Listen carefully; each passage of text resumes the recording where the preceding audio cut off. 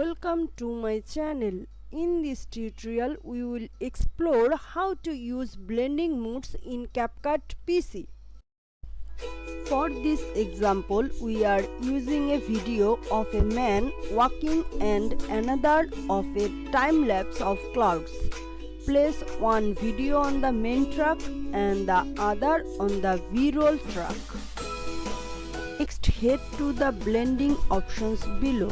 Here you can change the blending mode.